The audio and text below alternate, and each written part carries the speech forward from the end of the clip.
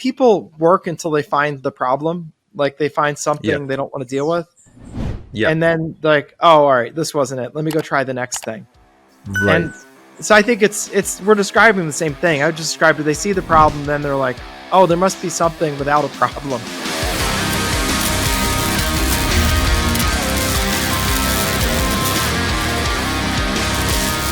I noticed that people who really advance in life tend to be okay with dealing with the consequences of decisions, and they're not afraid of taking that risk, and they're not afraid of saying, you know what, whatever's going to be happening after I make this decision, I'm going to deal with it. I see a lot of people who don't succeed.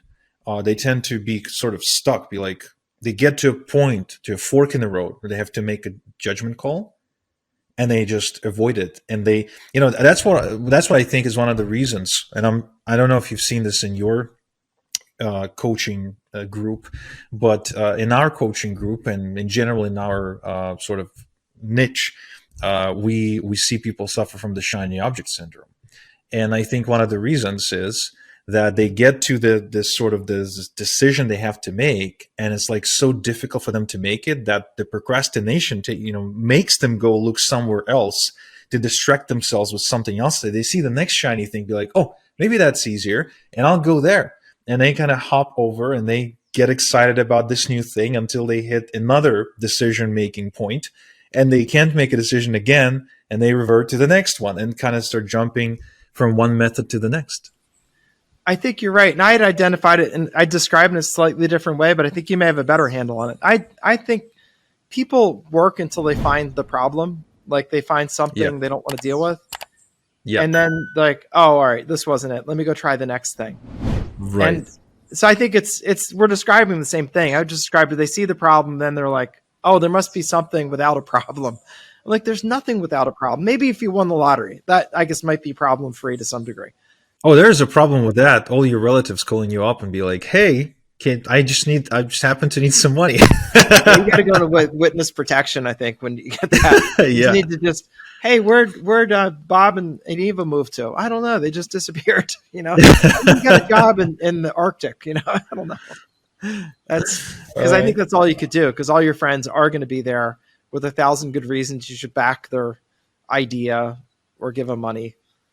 I think most people win the lottery end up broke, but I think you're onto something there. It is the difference between successful and unsuccessful. The unsuccessful don't make the decision. I think mostly because they don't want to be to blame. And who do you blame if you made the decision?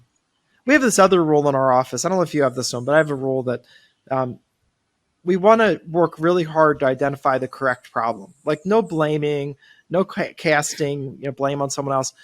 Because like, as I described, I'm like, look, if you identify the wrong problem, it's like you've got a broken arm and someone's setting your nose.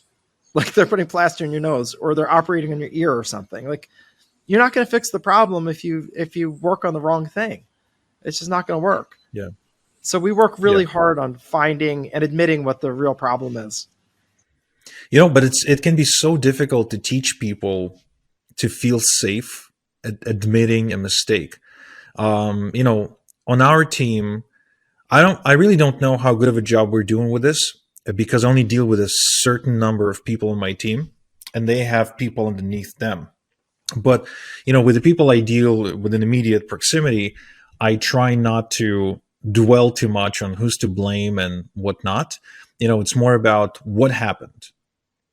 Here's what happened. Okay, cool. And there's no conversation. We don't spend time on saying, okay, who's to blame? Who's to blame? Like, because you're right, it doesn't really help solve the problem. And it also creates a reason, because there's people involved, right? It creates a reason for people to sort of, conspire against each other and to try and push the blame over to someone else's shoulders. So there's no point really in creating a culture where we're looking for the criminal rather than trying to identify the problem so we can create a solution, rather than kind of treating everything like a system or a protocol and trying to identify where this protocol is failing. Even if the protocol involves people and their decision-making process, how can you create a protocol where the decision-making process is easier, where there's less room for mistakes with the decision-making process. And it's especially hard, by the way, when there's clients involved too. It could be super simple things like there's, for example, clients for whom we'll set up like ads, right?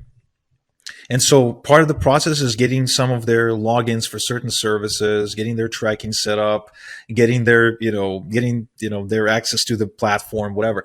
And sometimes it can be as difficult as getting the client to share their handle for whatever website. It takes like 2 weeks to get to the client, and the whole, chain gets broken because we can't streamline the process, right?